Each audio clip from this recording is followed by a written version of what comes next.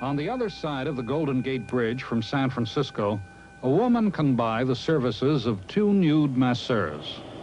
How could I be so lucky? For the first time in my life, I completely took. I didn't give anything. For 4 hours, they will bathe her, cradle her in a hot tub, massage her, and stroke her with peacock feathers. It costs $180. Marin County, California.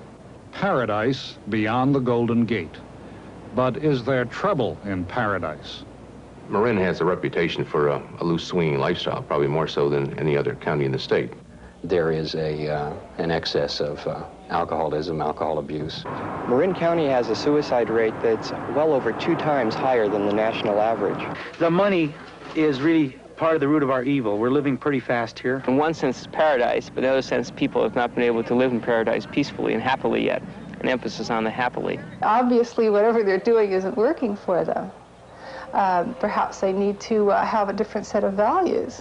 There's a tremendous obsession with self. Everything. I want everything. Nothing less. This whole area, the Bay Area, is the end of the rainbow for a lot of people. The pot at the end of the rainbow is not money. It's like I know because I have it. I came to the place where the rainbow touches down, just over the Golden Gate. I brought my dreams. I followed the pathway that led me on alone, till loneliness turned around and followed me. Now I know where the rainbow ends. I see it fading from here. I tried to go where the rainbow ends. The rainbows all disappear.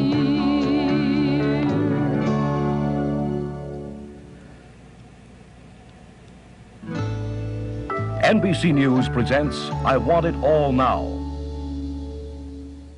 Reported by Edwin Newman. Getting ready to take our picture. Okay, You want us we in the got same to positions? orchestrate. Yeah. Okay. The folks in the back. And No, they want you in front. You in front. Okay. Do you think it's better with or without the hat? Put it on both of us. I can wear it for a while, and then you can. Do I get wear a hat? there we go. We'd like you to meet Katie Gulko. This is her brother, Brad. Shoot, you want to put the book on? I think you better put it on. Wait, we cleared my place. Their mother, Sandra, Do I look better with that? Brad, stop there. What? Should I put the hat and their father, Bob. What? What? Well, please, here I do. Portrait of a happy marriage? Not quite. This is a portrait of a successful divorce. Let's go. Eat. Today they have his and her houses. They have separate business and separate social lives. Sandra, who now uses her maiden name, Robbins, is a successful real estate agent. She works in one of the hottest real estate markets in the country. Bob has his own computer leasing firm and likes to sail. But while they are no longer husband and wife, their lives remain linked through their children, Katie and Brad. My ex-husband encouraged me to have experiences with other men. And I rejected that for years and years and years. And then finally, when I did meet somebody, I fell in love with them. And I didn't want to be married anymore. Had we remained in Chicago, I'm convinced that our marriage we would still be married today, and neither one of us would be as happy as we are apart. This happy divorce occurred in Marin County, California, which is a place where people begin their day as many Americans do. They commute. But their commute is different, and they are different. They go to their jobs in San Francisco, beyond the Golden Gate Bridge, through some of the most beautiful scenery in America. Marin County has mountains, rolling hills. It has seashore, and it has the blue waters of San Francisco Bay. Marin County is blessed with natural beauty. It is blessed with what is probably the best climate this side of the Mediterranean. And it is blessed with material wealth. In per capita income, Marin is one of the 10 richest counties in the country. There are people here who are poor and a few who are black. But for the most part, this is a golden ghetto by the Golden Gate. White upper middle class people who seem to have it all. Even commuting, in this case by ferry, can be luxurious. So it's not surprising that the 220,000 people who already live here consider it an earthly paradise. Nor is it surprising that many others are eager to join them. Like Nancy McKinley and her family, newcomers from Ocean City, New Jersey. On the day the McKinleys were moving in, we asked why she and her husband chose to live in Marin County. I heard that it was very beautiful, that the lifestyle here was kind of special, that people spent a lot of time outdoors.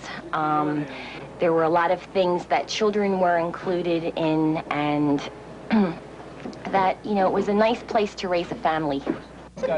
When the Gulco family came here, they saw Marin County as a nice place to raise their consciousness. Because in Marin County, where the seminar never sets, capital of the human potential movement, consciousness is raised constantly to dizzy heights.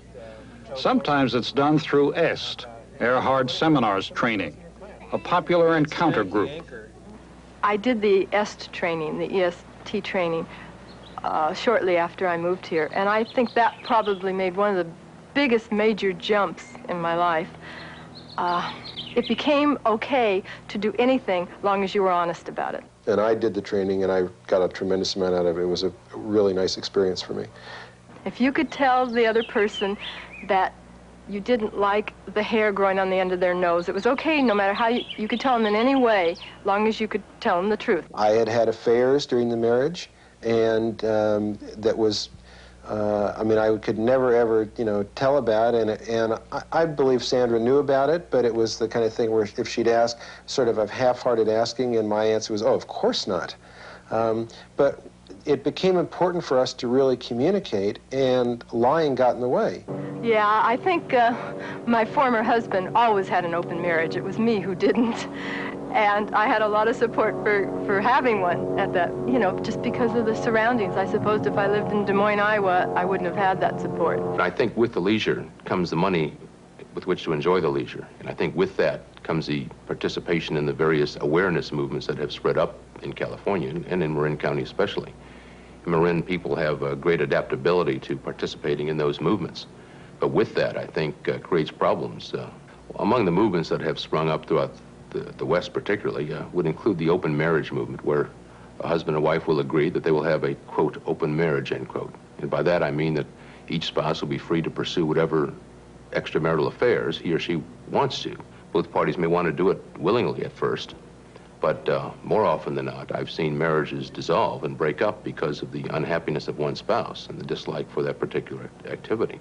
Yesterday, the first day I was here, I heard that Marin County had a 75% divorce rate, which does seem incredible. But I don't worry about it. We've been married for 14 years, and we haven't gotten divorced yet, and I guess it's one of those things you think isn't going to happen to you. Marvelous Marin, it's called. Marin County seems to have more of everything. More money, more beauty, more leisure, more education. That is, people with more schooling than any other place in California.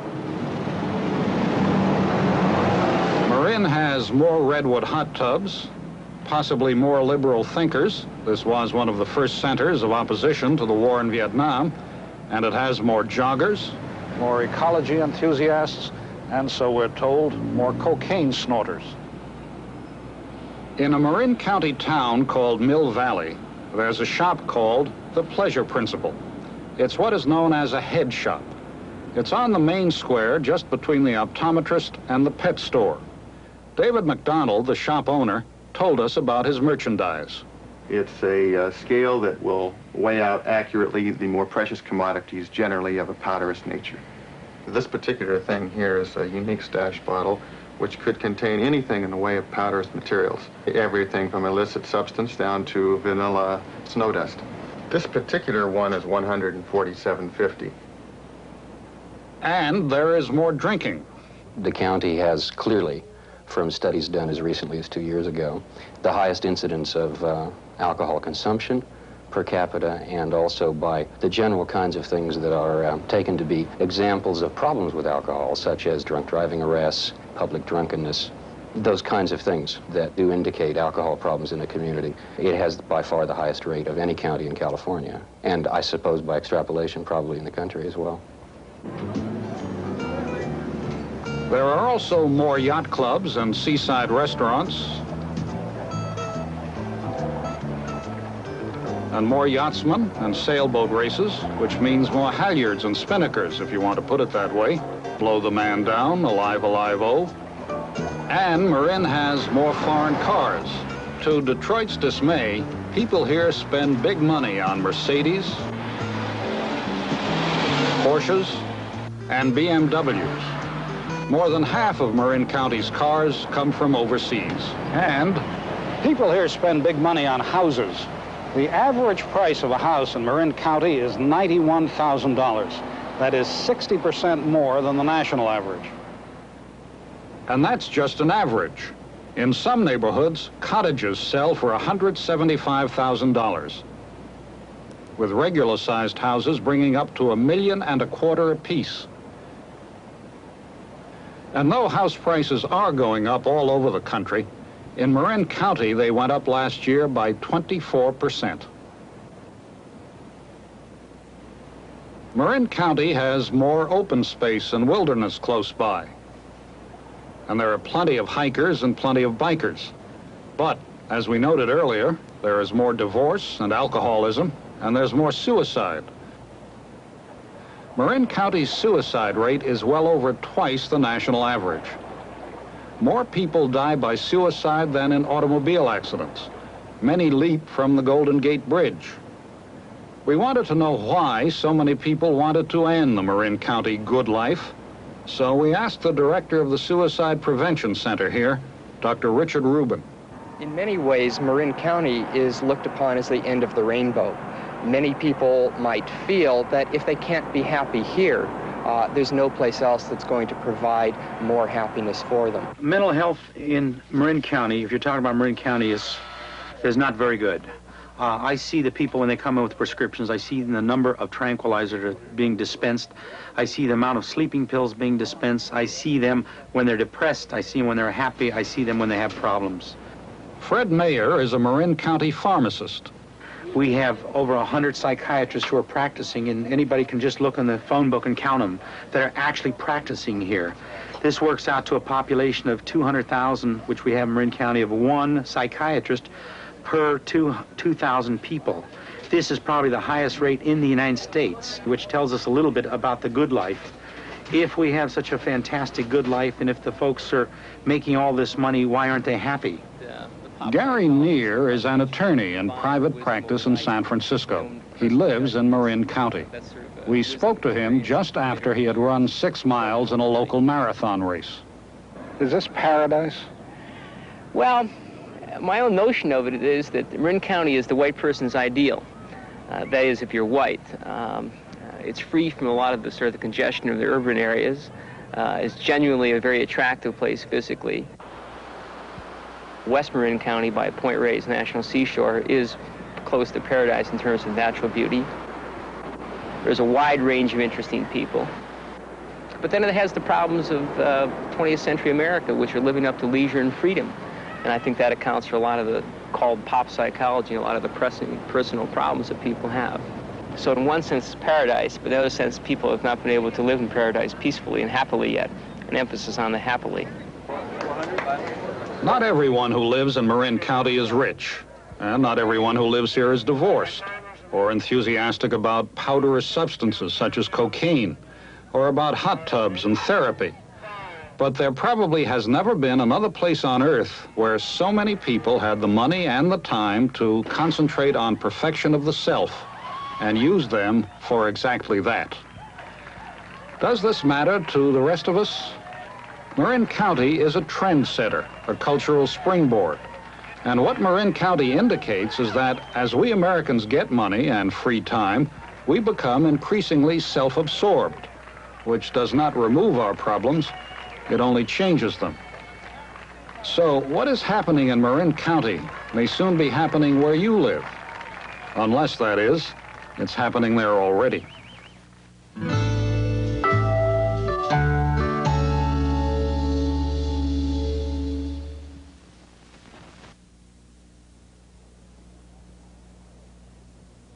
People here spend money on themselves, their inner selves, their feelings about themselves. But the treasure they seek is beyond material wealth. It is much more elusive. They believe that the purpose of life is happiness. They believe that happiness lies within their grasp if only they can change their insides, remake the self enough to find the way. And there are many people who offer to remake the self and show the way, usually at a price. Therapy is a light industry here in Marin County. It includes, I'd better consult my list, Reichian therapy, postural integration, various kinds of mind control, EST seminars, Tai Chi, Aikido, bioenergetics, visualization, guided fantasy, actualization, Rolfing, and that's a short list. We talked to another marathon runner, Mark Dowie, about the therapy industry in Marin County. Mr. Dowie is general manager of Mother Jones magazine. There's a tremendous proliferation of me groups of one sort or another, Gestalt therapy and that sort of thing. A lot of people that come here because they're attracted by its lotus-like, lotus land quality, and they're looking for some kind of a self-fulfillment. And so that there's just literally countless groups here that prey on that tendency, and it's become a very big business. It's a growth business. What do you mean by me groups? Groups that are oriented towards talking about me and myself, and it's narcissism business, right? Are the stars out tonight? I don't know if it's cloudy or bright, 'cause I only have eyes for you. Yeah. The narcissism business. Narcissus was the young man in Greek mythology who fell in love with his own reflection in a pool of water. He pined away for that reflection, and when he died, pining, he was turned into the flower.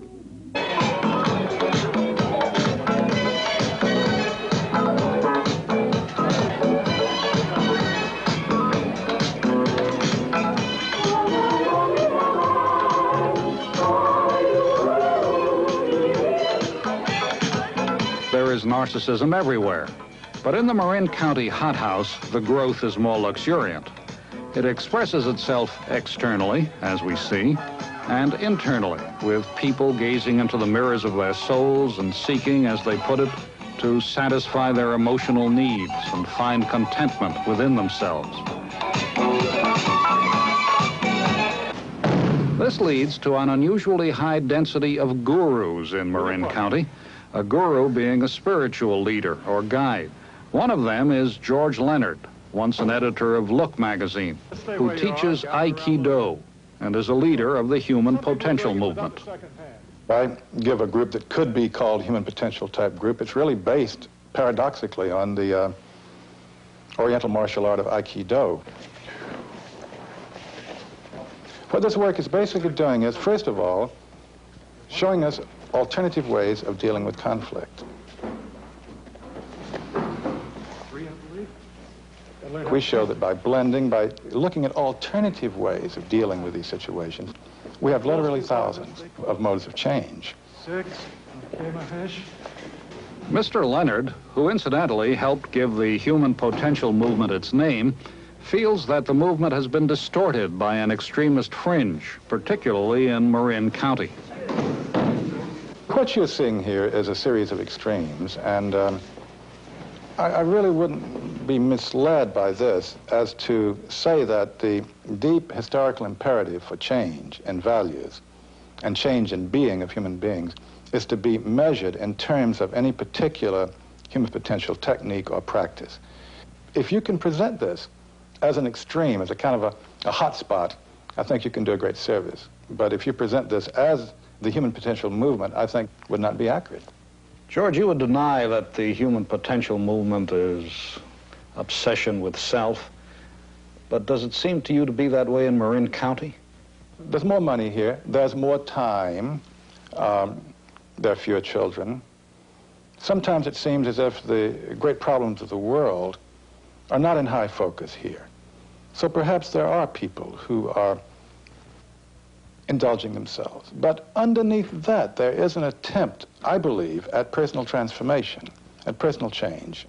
I think there is no necessary conflict between personal transformation and social reform. And certainly in all of my work, in every workshop I give, I point this out very carefully. I feel that I'm doing work towards social reform. I don't really object to the impulse behind much of the human potential movement. I do object to the virtue people seem to attach to it, to the smell of sanctimony that surrounds it.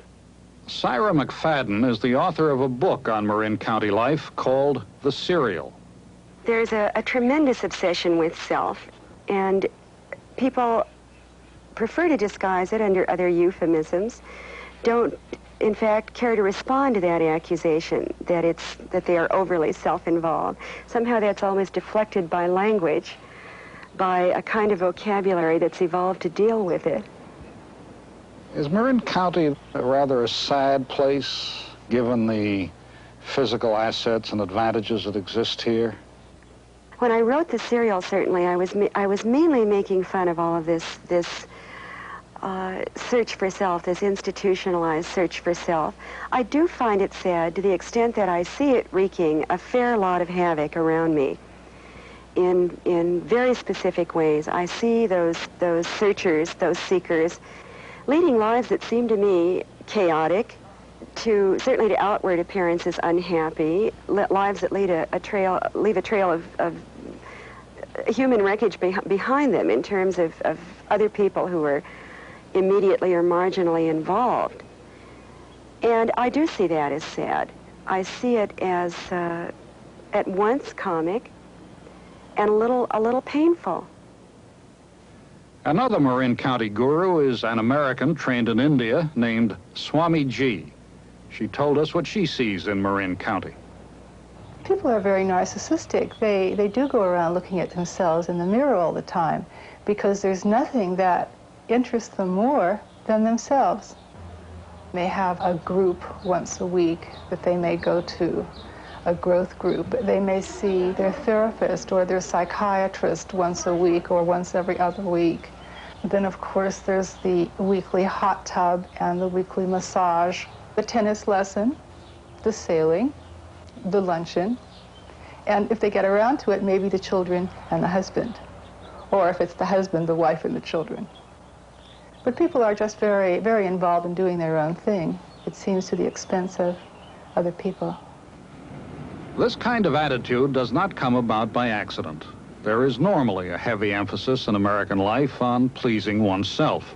We are a mass production society, and it's very nearly a patriotic duty to consume what is produced and help keep the economy going. Television commercials, for example, do not often preach self-denial. And there are all those books telling people how to look out for number one.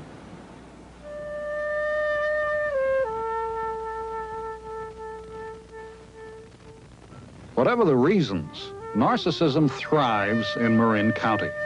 Maybe the redwood hot tub has replaced the pool, and Narcissus is in the water instead of staring at it, but Narcissus is there.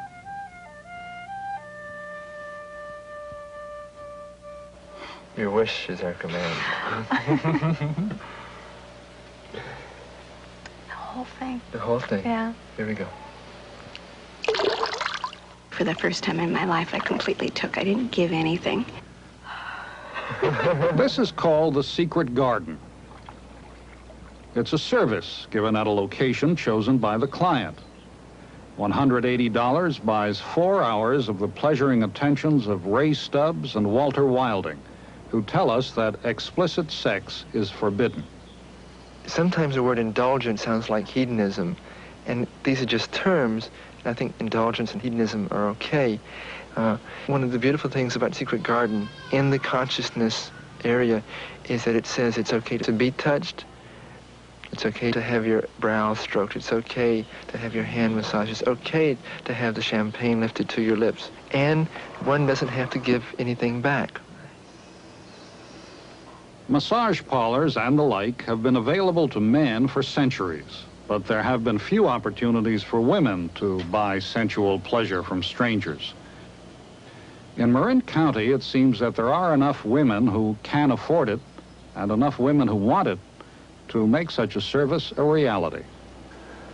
You know from the very beginning that the whole purpose of it is to take pleasure, and they don't expect anything in return. So it's almost like somebody has said, okay, you've got carte blanche to do whatever you want and take whatever you want. It's a paradox. They can have it all, and it isn't okay. As a matter of fact, they're more desperate than before because they can have it all, and it isn't enough. It isn't working.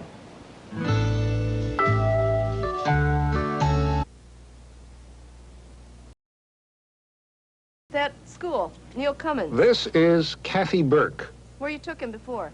On the whole, she seems to have been well treated by life. She is attractive and well-educated, comes from a prominent and loving family, and is independently wealthy. Kathy also has 4 children. Brian, 16. Kelly, who's 15. Kevin, 13.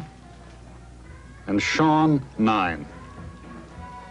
But Kathy, who was divorced 5 years ago, does not see herself as fulfilled or complete. She is searching for that mysterious something called happiness. 8 months ago, she brought her family here from Florida to try to find happiness in Marin County, perhaps to find it somewhere within herself.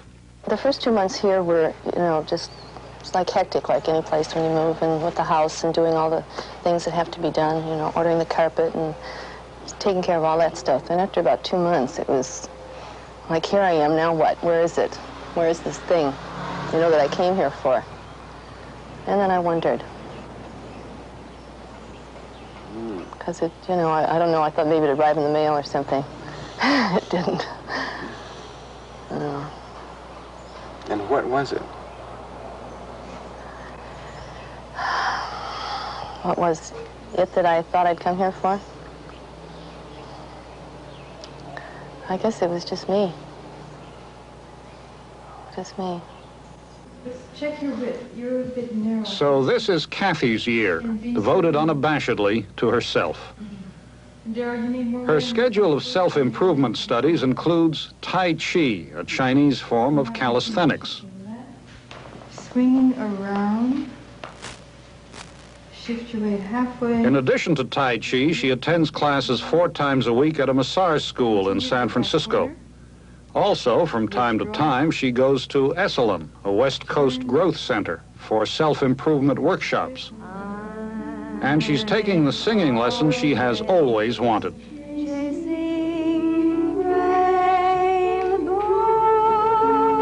Under it. The pot at the end of the rainbow is not money. It's like I know, because I have it. Open this up, breathe. All right. Every breath. Are just like all my dreams.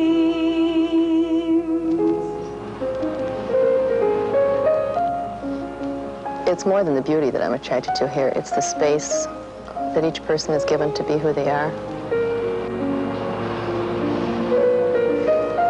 There's all the things that go on here, all the growth things. The growth things.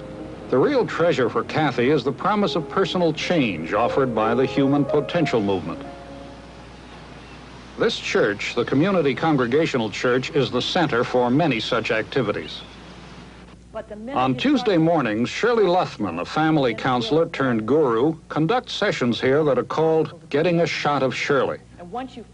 60 persons, Kathy among them, pay $10 each for the chance to talk about themselves and to get advice about living their lives. Shirley's basic advice seems to be, listen to your feelings, not your head. I mean, if you really trust your insides, you got a built-in radar and sonar, and they'll get you everything you want easily. But you got to trust, so that you don't have to manipulate somebody else to get what you want. Shirley argues against rational thought and for an impulsive, self-directed approach to life. You don't have to watch anybody else to make sure you're protected. I mean, you really have to trust that your insides are in charge, totally reliable, and not destructive. And that's a lot of trust, because it goes against everything we've ever learned from the beginning of the race. A lot of positive thinking, I guess, is what I heard. I don't know, it just felt good. It just felt good to me. And you don't need judgment, criticism, depreciation. You know, you don't need it. That's a myth, right? Most of what Shirley tells her followers are things they want to hear. For instance, her views on the responsibility of parents. Shirley believes that children can take care of themselves. Just consider the possibility that this 6 months or 2-year-old or 10-year-old or 16-year-old child is really an entity who's totally in control of his or her life. The minute you begin to consider that, something will shift. The whole parenting trip as we know it does not fit anymore. And your insides are busting that, no matter what they do. For Kathy, who has mixed feelings about her role as a mother, Shirley's advice about the parenting trip laid the groundwork for some important changes. And I thought, I've done this for 16 years. I mean, is this going to go on forever? And there was more than that. It was also the feeling that I couldn't live my life. I couldn't be Kathy and be the mother at the same time. So right the day before Thanksgiving, I took off to go to Esalen.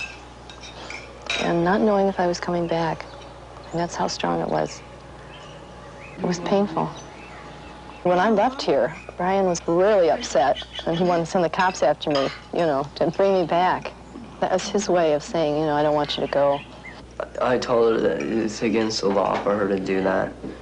You know, that for her not to come back. I was just saying that to give her good reason to come back. Do you want to give you your ticket book? And I felt like deserting them, like I was deserting them. And the big thing about that was that I made the choice. Yes. So the choice was to come home, and I wanted to come home. I mean, even if it was difficult at that time. But since Kathy came home, things are different around the house. I did a lot of things I didn't want to do, and I stopped doing what I don't want to do. If I don't want to do it, I say, no, I don't want to do it. You have to do it yourself if you want it. If I say to her, when you're down in the store, will you buy me, you know, something? And she goes, why don't you go take your bike? I mean, just, she doesn't want to do any favors for you. Have to do more, take more responsibility. Because she doesn't really want to take the responsibility. I understand that. I don't accept that I'm responsible for my children. You know, that's a real neat way for them to get out of whatever they're doing. And that's also a big thing to take on myself. I'm not responsible for anybody but me. Selfish. It's wonderful, though. Yeah, selfish was always a dirty word. That was something I was brought up to think was, never be selfish. Always give to the other person, turn the other cheek, don't think about yourself. Which I did, but it doesn't work. Hello. You were coming.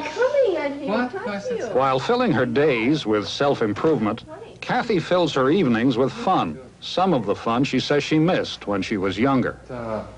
This is Brian. Hi, Brian. How you doing? For me, it's perfect to have my children when I was young and to have them at a certain point in their life, and now it's time for me. Hi, Sean. Hi. How you doing? Fine. Good.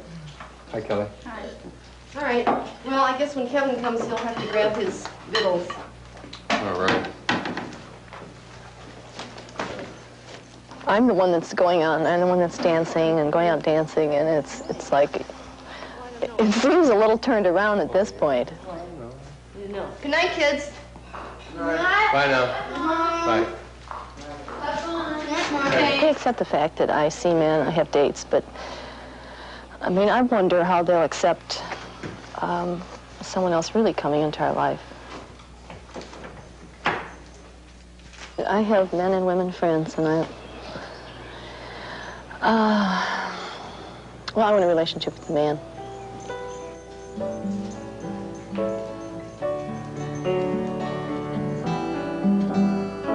I came to the place where the rainbow touches down. Just over the Golden Gate, I brought my dreams.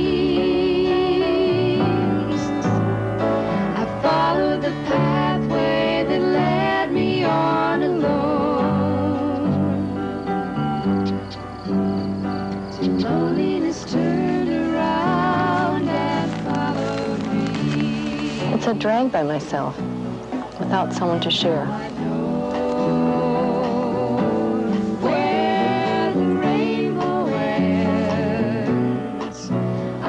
But that's the way it is.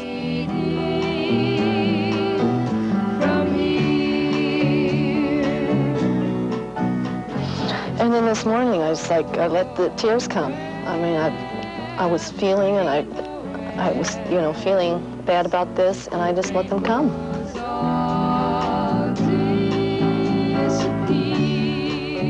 I want to feel mainly appreciated for myself. Everything. I want everything. Nothing less. Longing to find the love inside of me.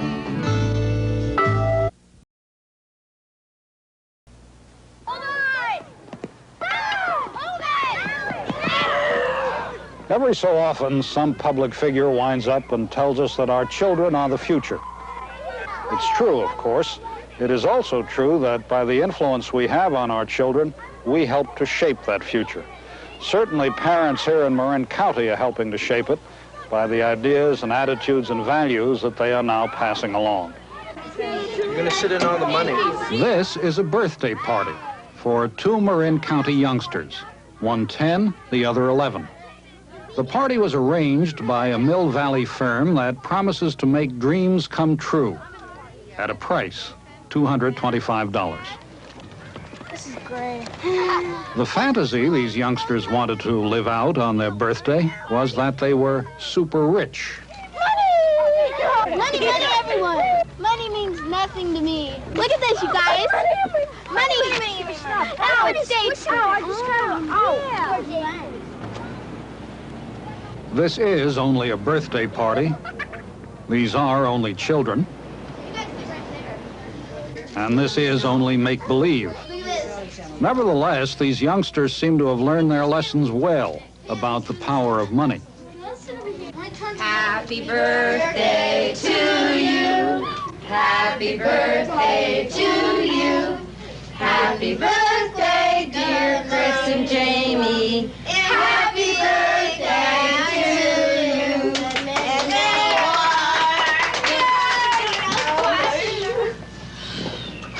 For a few brief hours, they lived like the millionaires they hope someday to be.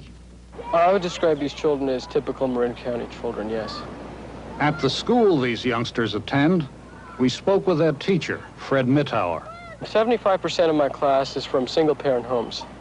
Divorced, separated, living with one parent or another, yeah. And are you able to see some effects of this in the children? Oh, definitely, yes. There's anger. We deal with this in class all the time. A lot of times, whenever I have a hat on, you know, sometimes I want to wear it and you take it and stuff, but you know, a lot of times I don't mind. But I mean, you know, sometimes it kind of bothers me. It sounds like you and Gary had a little misunderstanding. And Gary thought one thing and you thought the other, so it just didn't work out. One of the things that we do is create an extended family environment where the children can express their feelings and deal with their feelings towards their home life and towards the transition. One of the things that's happened is they've become very streetwise in relationships. Divorce rates are climbing all over the country, of course. But in a class where 75% of the youngsters are streetwise in relationships because of so much divorce, we wanted to know what the effects were on the children. Producer Joseph DeCola spoke with 2 of them about their experiences. Where were you living when that divorce happened? Right up the hill there. See that yellow umbrella? That's where I lived. I don't look at that house. It hurts me to look at that house. Why? Well, because I sort of want to forget the past. I started all over again. I pretty much knew what was going on because I understood that pretty well. And, you know, I ended up crying and it was hard to do work and stuff, you know. And I'd just sit in my room and cry because my dad would leave, and I didn't see him for a long time. I felt crushed because it was all one little family, and then it's like, sort of breaking away. And I felt crushed, like not being able to relate to anything, just sort of,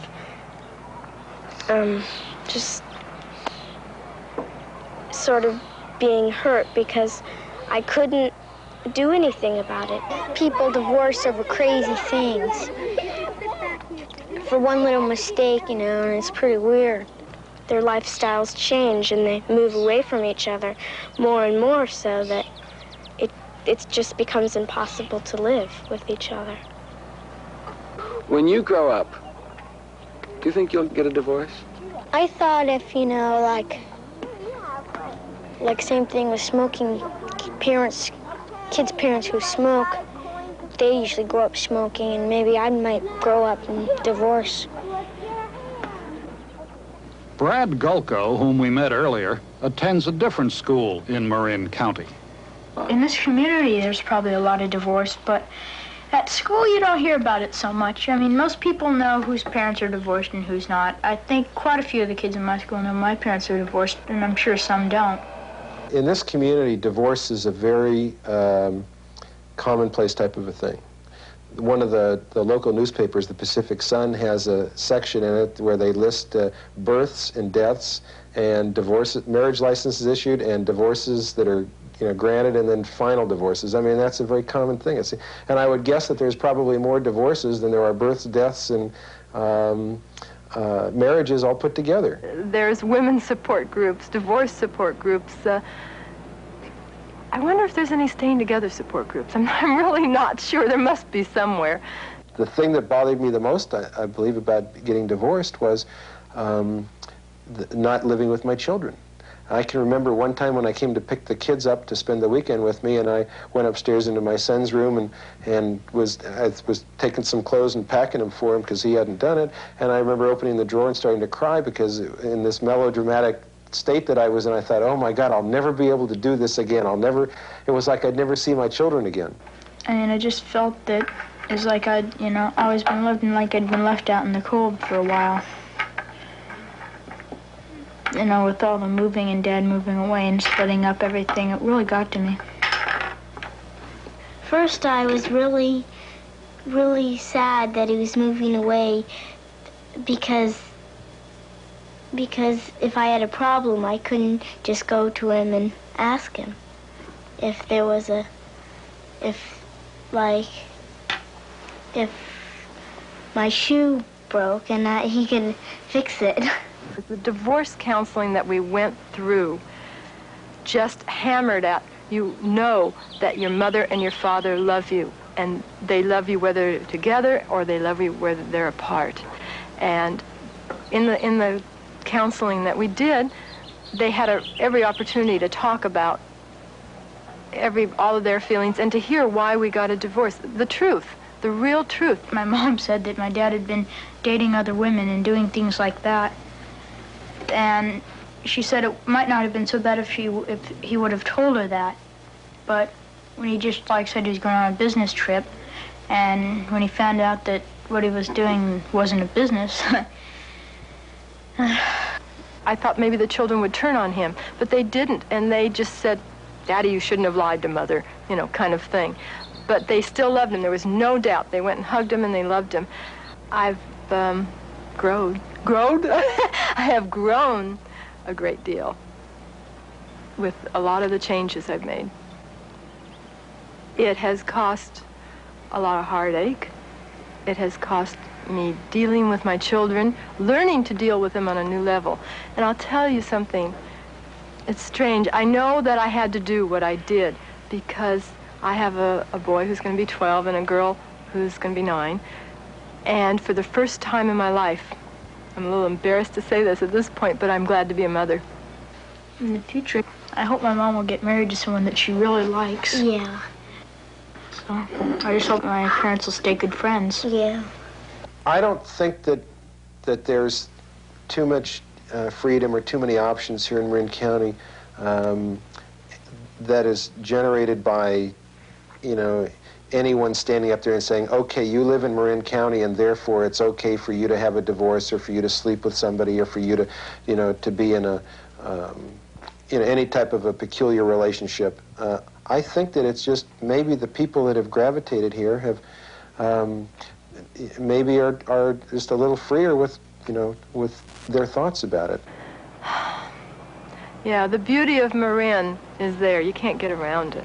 But it's indicative to people being very open and changing. And change brings pain. I know a lot of people are looking around and saying, okay, it's beautiful and it's probably the best place in the world to live, but I can't handle the emotional strain of living here anymore. And I know a lot of people are leaving. Beverly Novak and her husband have lived in Marin County for 8 years. We spoke with her on the day they were moving out. Before, we were very caught up in the whole atmosphere of the county, too, and we were striving very hard. We got our beautiful house, and maybe we didn't have the most expensive car or the most expensive furniture, but we were striving for it all the time. Now, our whole attitudes have changed. We just feel that that's superficial to us now. We want to live in a place that will bring us closer together rather than drawing us apart. We've got a girl that's 14 months old right now. We hope to have at least one other child. And I feel that children here are very much affected by materialistic things. It could be because the parent is away from the home so much that they buy the child so much as a substitute for them. To be, quote, a housewife, unquote, here is not the thing to be. You're supposed to be out joining groups, into EST, into your yoga, anything else. Our biggest dream in life, what we're striving for now, is just to take things easy, to sit back and relax, enjoy our child, enjoy our future children, enjoy being together as a family, and not trying to impress everybody with what we've got in the way of material goods, but what we've got in the way of our own personal feelings for each other. As Beverly Novak and her family leave Marin County, we wish them well. But we wonder whether one can leave Marin County behind. For we would guess that a lot of what goes on here is already somewhat familiar in, say, Bangor, Maine, or Corpus Christi, Texas, though perhaps in a form other than a hot tub. So, as this program bids farewell to marvelous Marin County of the 70s, what we may be saying is, hello, USA of the 80s. Edwin Newman, NBC News.